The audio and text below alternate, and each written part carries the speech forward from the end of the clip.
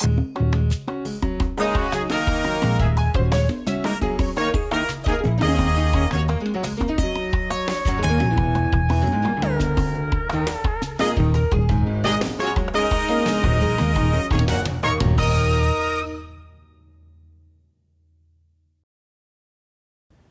my name is Piotr Kowalczyk. Welcome to the channel.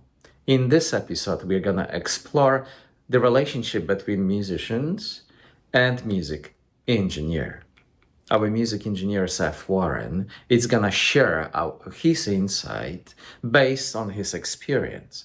And he's gonna point a couple of pointers, like, for example, things to avoid during that relationship, that exchange. And also he's gonna give us a pointers how to help his flow. In the end of the day, it's all about creating that beautiful, powerful musical statement. Let's get started.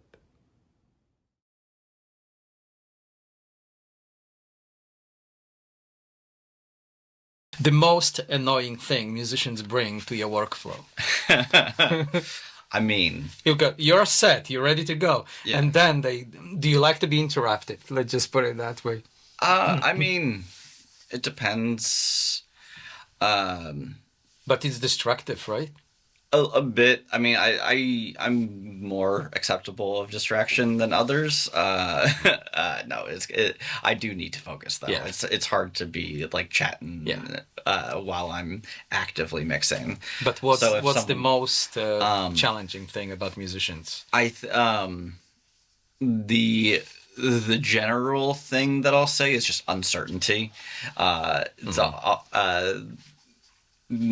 Not knowing what you're going into always makes it more difficult, and it's just like, oh, there's a random change that needs to happen here, and it's like that's also, I don't expect that to ever go away. You have to be able to adapt to a certain level of uncertainty. Because for them, this is the most important part. And it's not on your list yet. It's like, okay, it's a secondary thing. Let me fix this first. But it's also not even... it's also, they're artists, you know? Yeah. They're creative. I don't want to stop them from being creative. So it's like... it's a little frustrating to work with sometimes, but it's not something I expect to really go away. I will say I don't appreciate when artists are asking for monitors like from the get-go.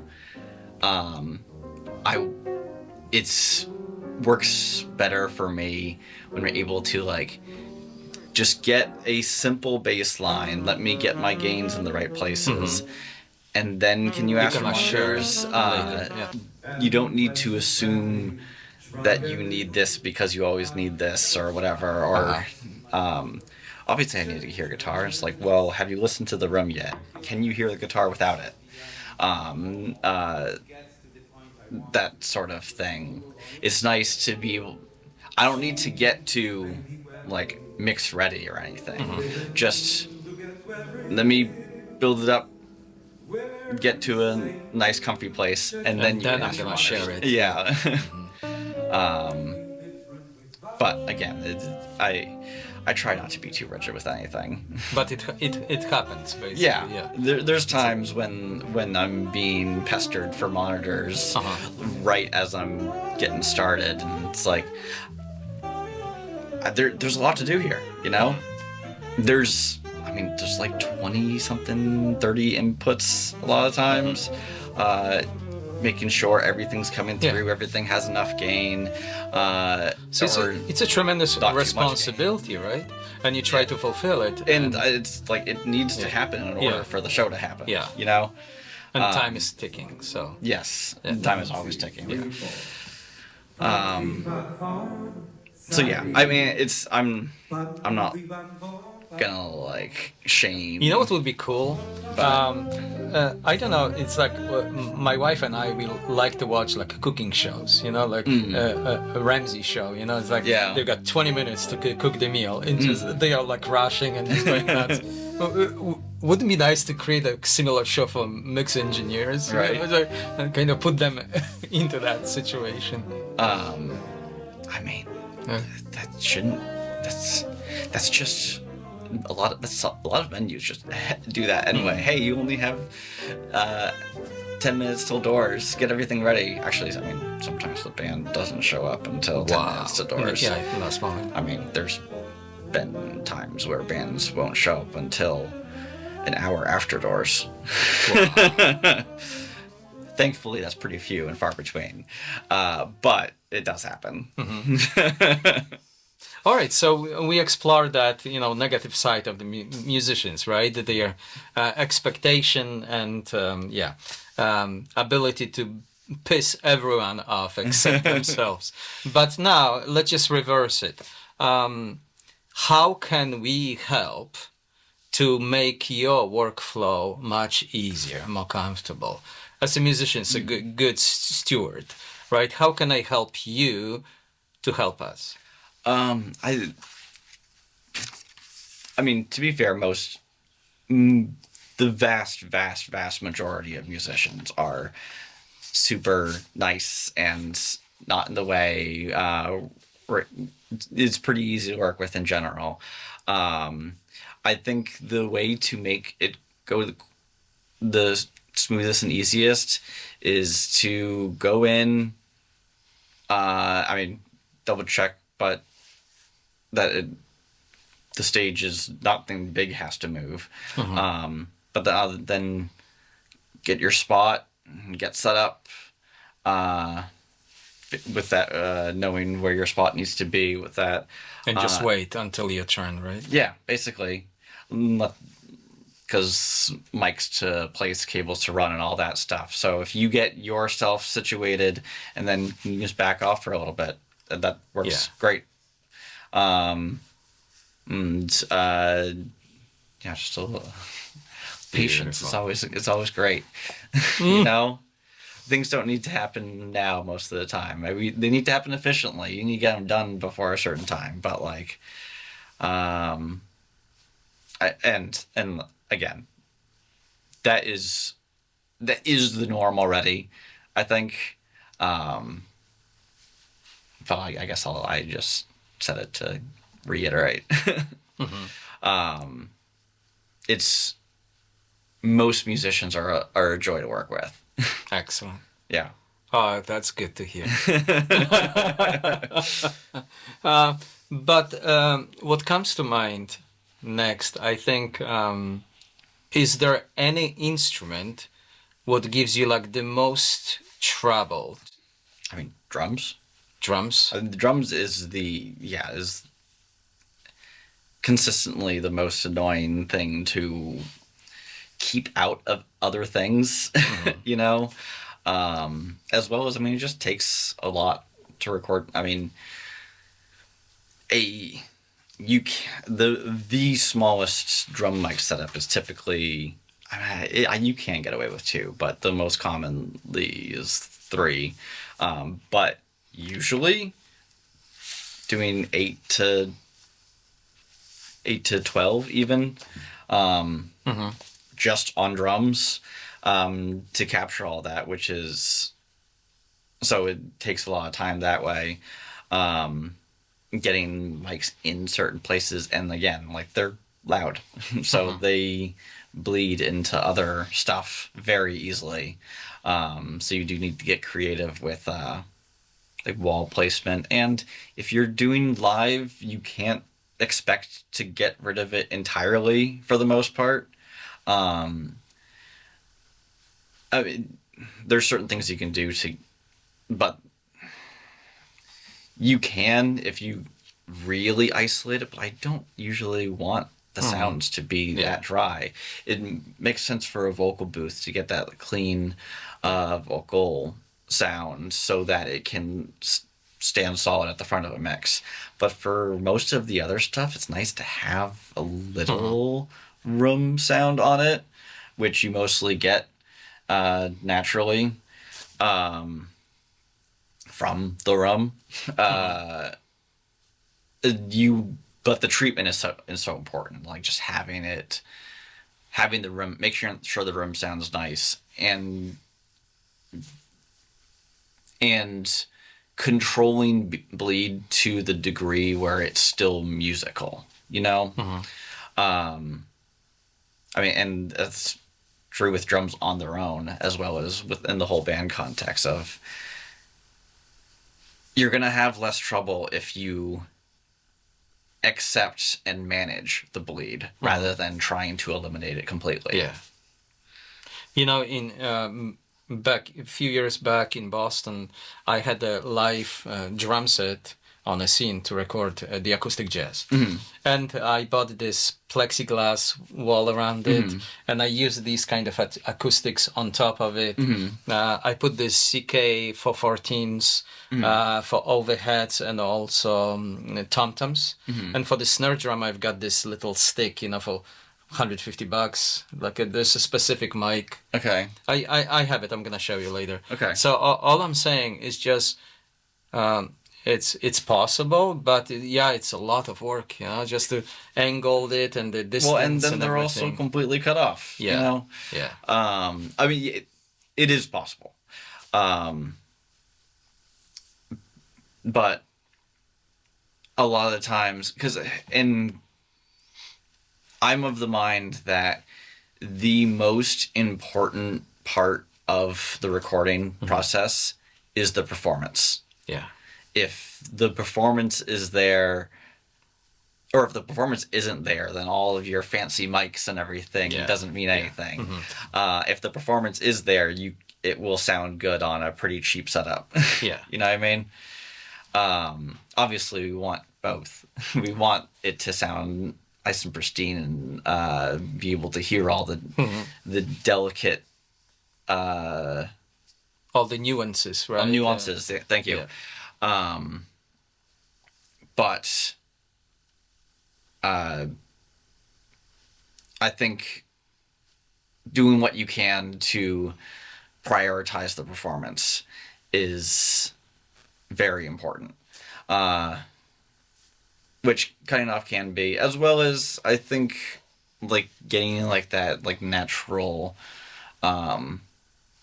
Again, you don't always want to completely isolate it. You want to be a little open, you know, like a good whiskey. You add a little bit of water to open it up, while still being able to appreciate it naturally, you know.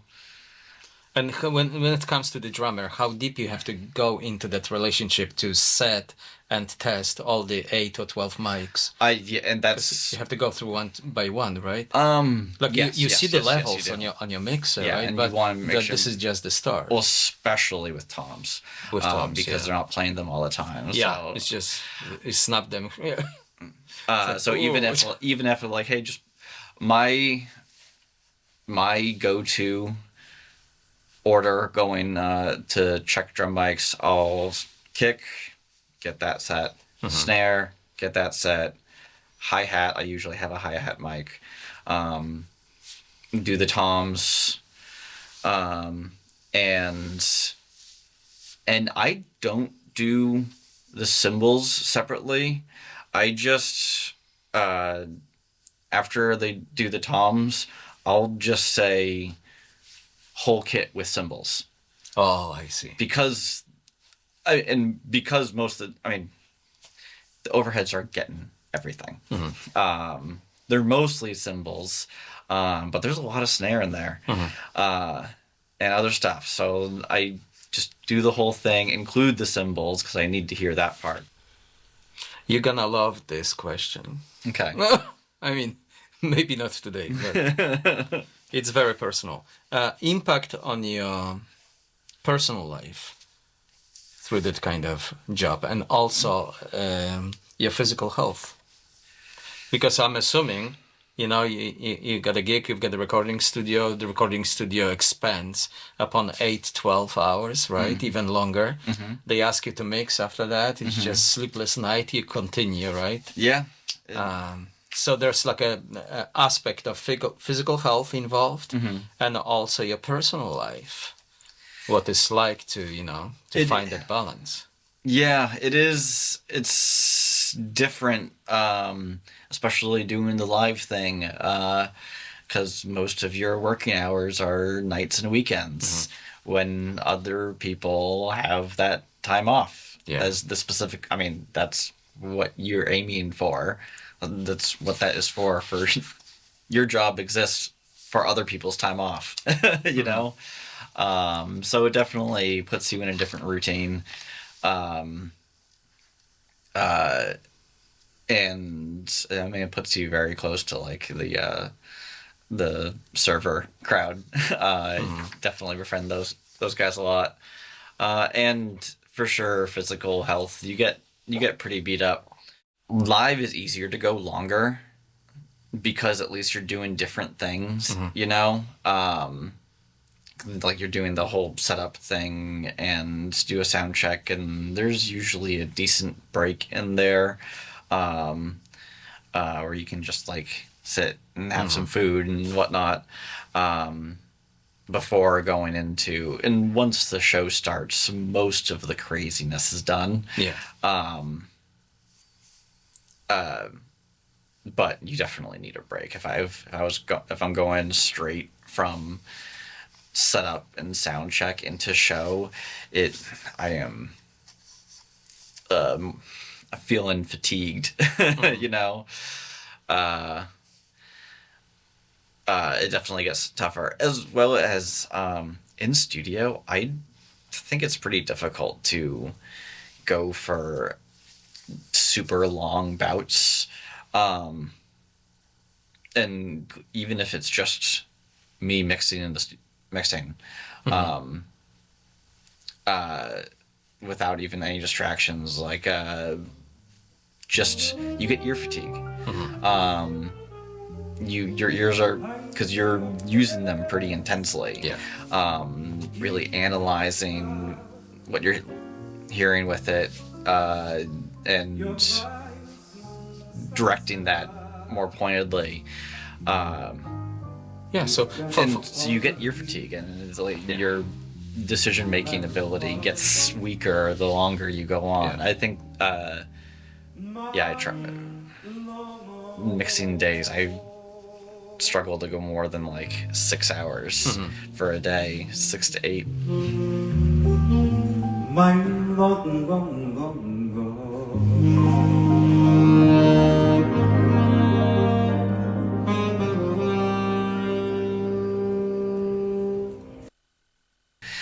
But for those who are curious about working in the recording studio environment, you see, for us musicians, it's just you think you're gonna show up and just start playing. No.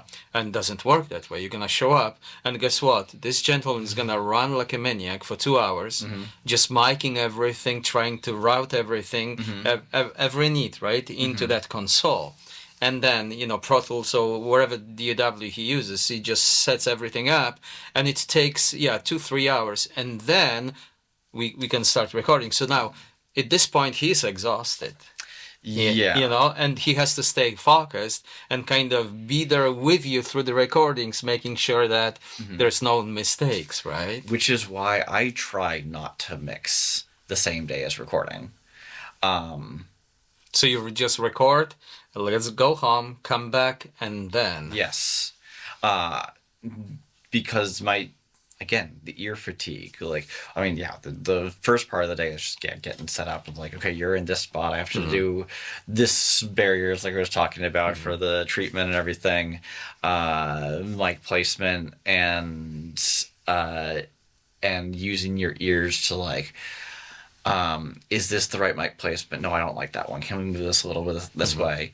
No, still not quite, and like there's a lot of that happening, because the easiest place to make it sound good is at the recording, so that you're not fixing it later. And then during the recording, listening for it, not just... when you're listening for it, you're listening to the quality, you're listening to any changes that happen.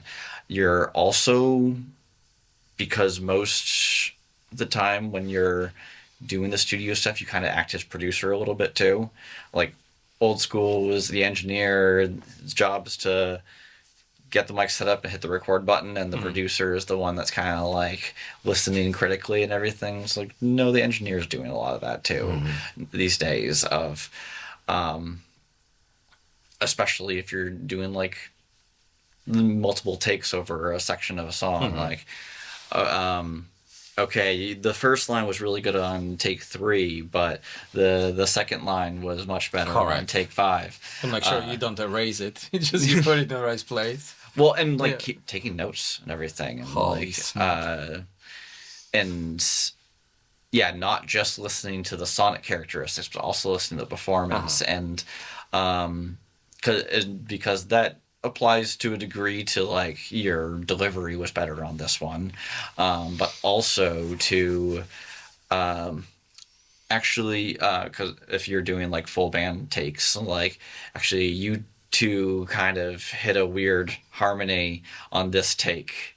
Like neither of you were wrong per se, but but it didn't work well together.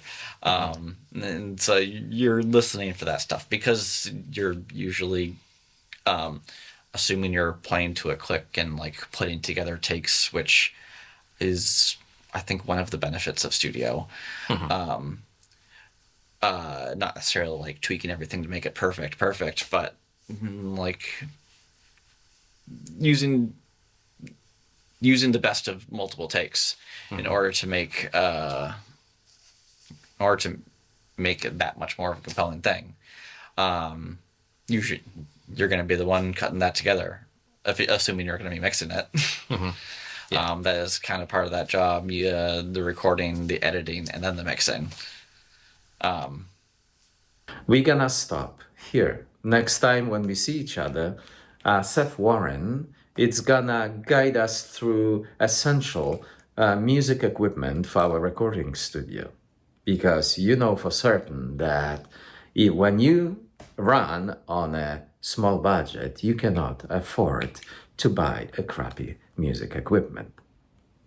Until then, my name is Piotr Kowalczyk. I will see you next time.